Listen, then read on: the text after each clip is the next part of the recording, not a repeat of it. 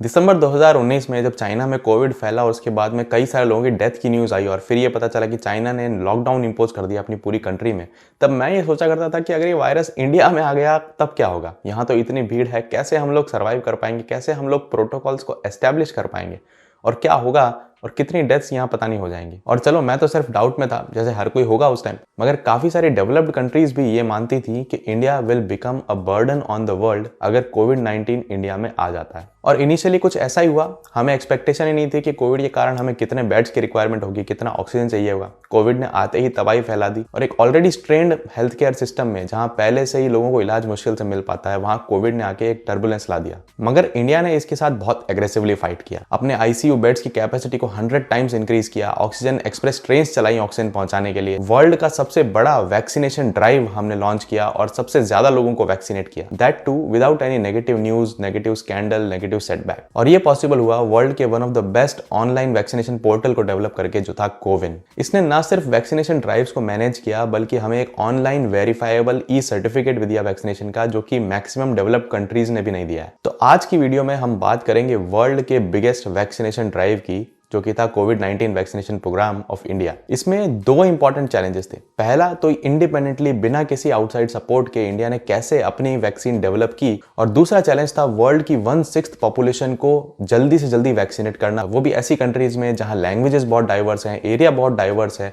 और क्लाइमेट भी बहुत डाइवर्स है। तो कैसे इंडिया ने पहले तो वैक्सीन बनाई और उसके बाद में सबको एडमिनिस्टर की, ये बहुत ही इंटरेस्टिंग स्टोरी है जो आज की वीडियो में हम डिस्कस करने वाले हैं। मगर उससे पहले मैं 1 मिनट की एडवाइस आपको देना चाहूंगा। इंडिया का हेल्थ केयर सिस्टम काफी ओवरलोडेड है। इलाज करवाना रोज महंगा होता जा रहा है और कुछ ही दिनों के लिए अगर हॉस्पिटलाइज हो गए तो हमारी लाखों की सेविंग्स लग जाती हैं। इसीलिए हमें फाइनेंशियली सिक्योर होने के लिए एक हेल्थ इंश्योरेंस लेना बहुत जरूरी है। अब जितनी यंग एज में आप ये इंश्योरेंस लेते हैं उतना आपको सस्ता पड़ता है। अब इस हेल्थ इंश्योरेंस के भी कई सारे क्लॉजेस होते हैं, कई सारे हिडन एक्सेप्शंस होते हैं जो कई बार हमें समझ में नहीं आते। इसका सबसे बेस्ट तरीका है पॉलिसी बाजार पे जाइए। यहाँ पे आप 250 से भी ज्यादा हेल्थ इंश्योरेंस प्लान में से कंपेयर करके चूज कर सकते हैं कि कौन सा इंश्योरेंस लें, और वो भी बिना प्रायर मेडिकल चेकअप के। ये आपको पर्सनली गाइड भी करेंगे कि आपके लिए कौन सा हेल्थ इंश्योरेंस प्लान बेस्ट है। और यहाँ से इंश्योरेंस लेना आपको एजेंट से लेने के बजाय थोड़ा सस्ता पड़ेगा, क्योंकि ये एक ऑनलाइन प्लेटफॉर्म है। इनका सपोर्ट सिस्टम भी काफी अच्छा है। 30 मिनट के अंदर ये आपकी क्वेरी को रिस्पॉन्ड करते हैं और इनफैक्ट अगर आपको हॉस्पिटल में इलाज के दौरान कोई प्रॉब्लम आए तो इनका रिप्रेजेंटेटिव हॉस्पिटल में विजिट भी करता है। कमेंट्स में मैंने लिंक दिया है, एक बार चेकआउट जरूर कीजिए। Comparison is free. इंश्योरेंस का इंश्योरेंस होगा और इनकम टैक्स में बेनिफिट भी मिलेगा। तो ये थी मेरी एडवाइस। चलिए शुरू करते हैं इंडिया की कोविड-19 वैक्सीनेशन स्टोरी।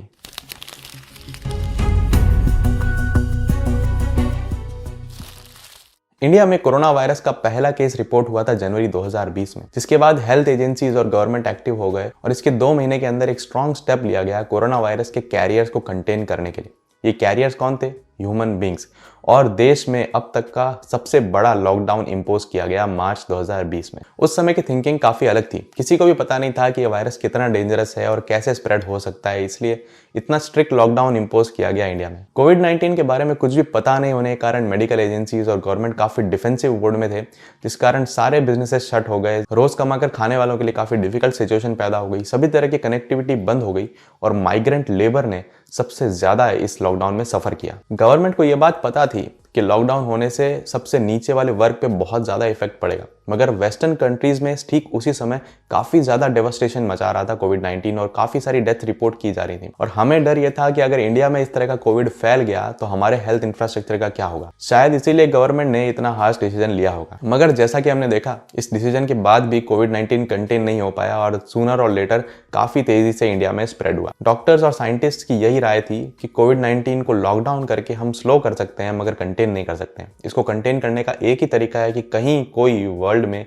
एक वैक्सीन डेवलप कर ले इसको रोकने के लिए। अब इंडिया के लिए वैक्सीन को डेवलप करना बहुत जरूरी था, क्योंकि हमारे पास वर्ल्ड की बिगेस्ट पॉपुलेशन थी 140 करोड़ की, और हम वेस्टर्न वर्ल्ड पे डिपेंडेंट नहीं रह सकते थे कि वो पहले वैक्सीन बनाए, खुद के लगाए, फिर हमें दे, क्योंकि तब तक बहुत लेट हो जाता। और बाद में हमने ये देखा भी कि कैसे डेवलप कंट्रीज ने खुद के सिटीजन्स को पहले 2-2 वैक्सीन लगाना स्टार्ट कर दिया, बजाय इसके कि किसी डेवलपिंग कंट्री को फर्स्ट वैक्सीन लगाने के लिए कुछ वैक्सीन दे दें। अब दूसरा इश्यू ये भी था कि क्या पता वेस्ट में बनाई गई वैक्सीन हम इंडियंस पे उतनी इफेक्टिव होगी या नहीं होगी, क्योंकि हमारी बॉडी और उनकी बॉडी में काफी सारे डिफरेंसेस हैं। इसीलिए इंडिया ने अपना खुद का वैक्सीनेशन ड्राइव लॉन्च कर दिया था काफी जल्दी। 900 करोड़ रुपए का एक बजट पास किया गया और इंडिया ने साइंटिस्ट और रिसर्चर्स का एक पैनल बनाया जिसने एक एक्शन प्लान तैयार किया। देश के हर एक रिसर्च सेंटर को कहा गया कि आप अपने हिसाब से वैक्सीन के डेवलपमेंट के प्लान्स हमें बनाकर भेजो, और ज़रूरी नहीं है कि वो प्लान सक्सेसफुल हो, आप बस रिसर्च कीजिए, रिजल्ट की चिंता मत कीजिए। इसके डेवलपमेंट के लिए हमने उस समय देखा था कि इंडिया की टॉप लीडरशिप, हमारे प्राइम मिनिस्टर भी काफ़ी इन्वॉल्व रहते थे और कई सारे रिसर्च फैसिलिटीज़ में उन्होंने विजिट किया था ये जानने के लिए कि हम क्या प्रोग्रेस कर रहे हैं। अब वैक्सीन को बनाने के लिए सबसे पहले हमें चाहिए था वायरस।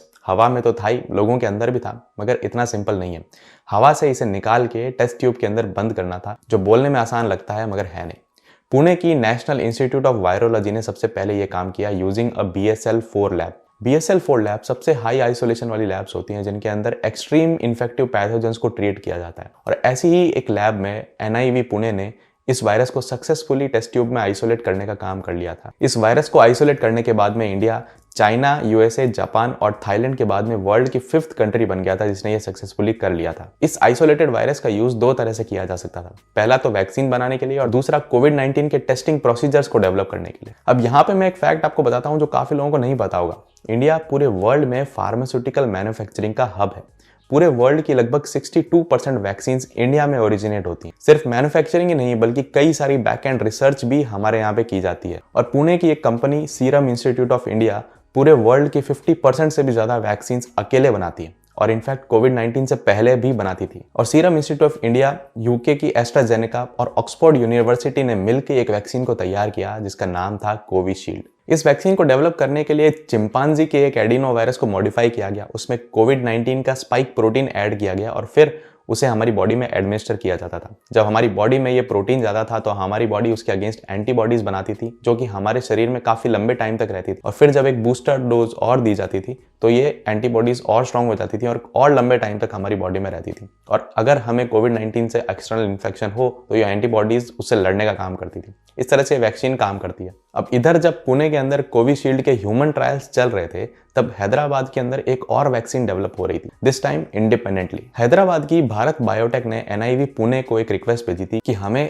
आइसोलेटेड कोरोना वायरस दो जिससे हम वैक्सीन बनाने पर काम कर सकें, और मई 2020 में उन्हें यह वायरस दे दिया गया था। यह वैक्सीन कोविशील्ड से थोड़ी सी अलग थी। इसमें कोविड-19 के ही ओरिजिनल वायरस को इनएक्टिवेट करके बॉडी के अंदर डाला जाता है जिससे उस वायरस के अगेंस्ट एंटीबॉडीज हमारी बॉडी डेवलप कर ले। अब इनएक्टिवेटेड होने के कारण ये वायरस हमारी बॉडी को हार्म नहीं कर पाता है। ये मेथड काफी टाइम से वर्ल्ड में यूज किया जा रहा है। इनफैक्ट पोलियो वैक्सीन और हेपेटाइटिस की वैक्सीन भी इसी इनएक्टिवेटेड वायरस को यूज करके बनाई जाती हैं। कोविशील्ड और कोवैक्सीन दोनों ने ही अपने ट्रायल्स को बहुत तेजी से आगे बढ़ाया और जनवरी 2021 में दोनों ही वैक्सीन को इमरजेंसी यूज की परमिशन गवर्नमेंट ने दे दी, जब उन्होंने अपना फेज 3 ट्रायल कंप्लीट भी नहीं किया था। वैसे तो वैक्सीन डेवलप करने में इंडिया पूरे वर्ल्ड से पीछे ही रहा है, मगर इस बार कोविड-19 के वैक्सीन इंडिया ने भी वर्ल्ड के साथ साथ ही डेवलप की थी, और उसी समय USA में भी वैक्सीन डेवलप हुई थी। And the world was shocked to see a developing country like India developing their own vaccine independently. जनवरी में सबसे पहले वैक्सीन को हेल्थ केयर वर्कर्स और फ्रंट लाइन वर्कर्स को एडमिनिस्टर किया गया, और अगर ये नहीं किया जाता तो सोचिए तो सेकेंड वेव डेल्टा वायरस की आई थी मई 2021 में,